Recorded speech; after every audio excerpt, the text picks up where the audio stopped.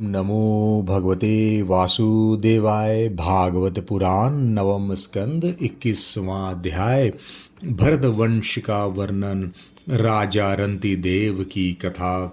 श्री सुखदेव जी कहते हैं, परीक्षित, विदत अथवा भरद्वाज का पुत्र था मन्यु। मन्यु के 5 पुत्र हुए, बृहतछत्र, जय, महावीर, नर और गार्ग। नर का पुत्र था संकृति। संकृति के 2 पुत्र हुए, गुरु और रंती देव। परीक्षित, रंती देव का निर्मल यश इस लोक और परलोक में सब जगह गाया जाता है। रंती देव आकाश के समान बिना उद्योग के ही दैववश प्राप्त वस्तु का उपभोग करते और दिनों दिन उनकी पूजा घटती जाती। जो कुछ मिल जाता उसे भी दे डालते और स्वयं भूखे रहते। वे संग्रह, परिग्रह, ममता से रहित तथा बड़े धैर्यशाली थे और अपने कुटुंब के साथ दुख भोग रहे थे। एक बार तो लगातार 48 दिन ऐसे बीत गए कि उन्हें पानी तक पीने को न मिला। 49वें दिन प्रातः काल ही उन्हें कुछ घी, खीर, हलवा और जल मिला। उनका परिवार बड़े संकट में था। भूख और प्यास के मारे वे लोग कांप रहे थे। परंतु ज्यों ही उन लोगों ने भोजन करना चाहा, त्यों ही एक ब्राह्मण अतिथि के रूप में आ गया। रंती देव सब में श्री भगवान के ही दर्शन करते थे। अतएव उन्होंने बड़ी श्रद्धा से आदर पूर्वक उसी अन्न में से ब्राह्मण को भोजन कराया। ब्राह्मण देवता भोजन करके चले गए। परीक्षित, अब बचे हुए अन्न को रंती देव ने आपस में बांट लिया और भोजन करना चाहा। उसी समय एक दूसरा शूद्र अतिथि आ गया। रंती देव ने भगवान का स्मरण करते हुए उसे बचे हुए अन्न में से भी कुछ भाग शूद्र के रूप में आए अतिथि को खिला दिया। जब शूद्र खा पी कर चला गया, तब कुत्तों के लिए हुए एक और अतिथि आया। उसने कहा, राजन, मैं और मेरा ये कुत्ते बहुत भूखे हैं, हमें कुछ खाने को दे दीजिए, हमें दे दीजिए।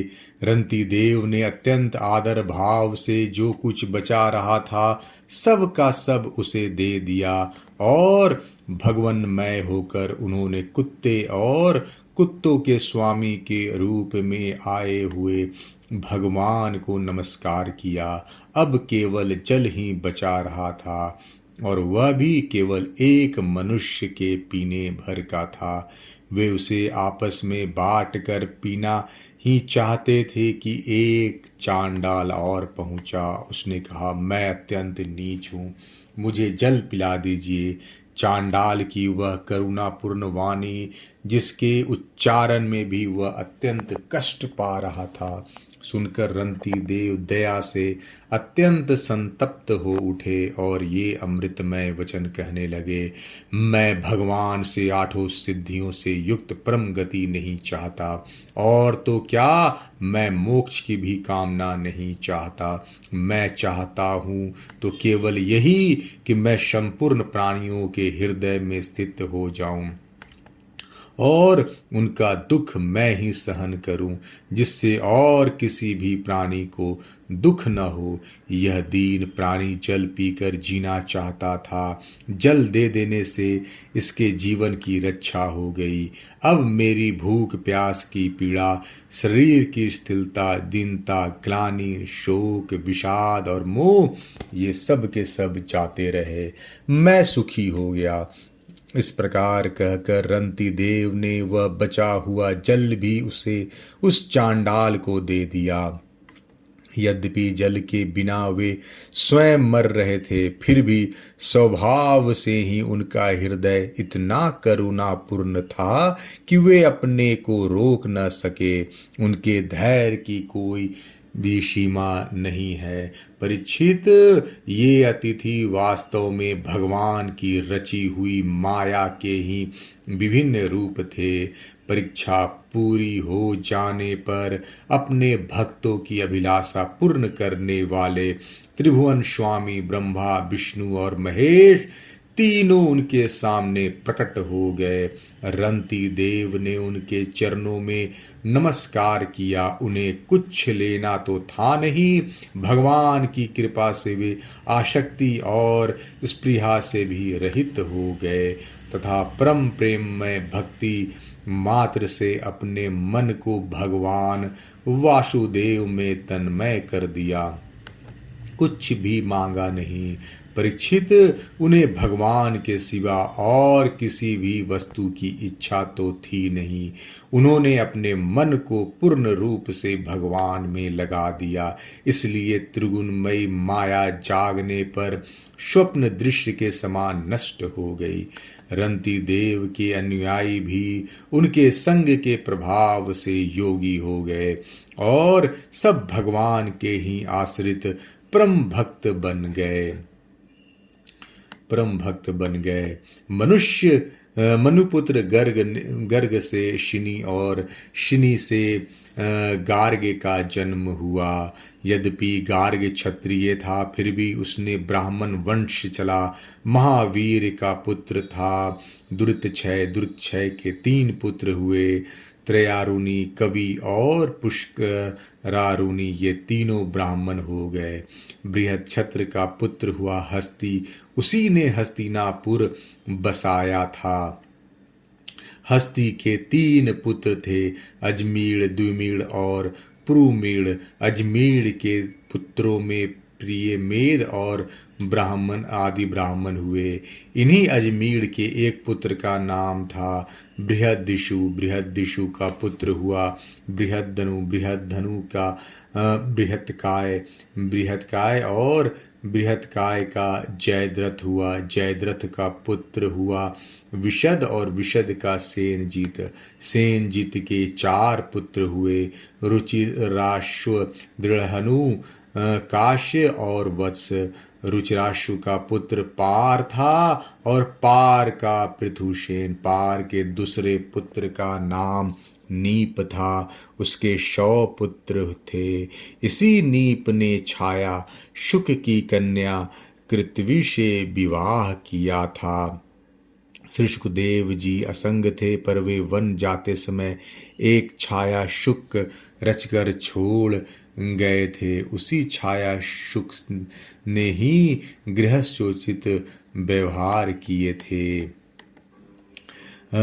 उससे ब्रह्मदत्त नामक पुत्र उत्पन्न हुआ। ब्रह्मदत्त बड़ा योगी था। उसने अपनी पत्नी सरस्वती के गर्भ से विश्वक्सेन नामक पुत्र उत्पन्न किया। इसी विश्वक्सेन ने जैगेश्वय के उपदेश से योग शास्त्र की रचना की।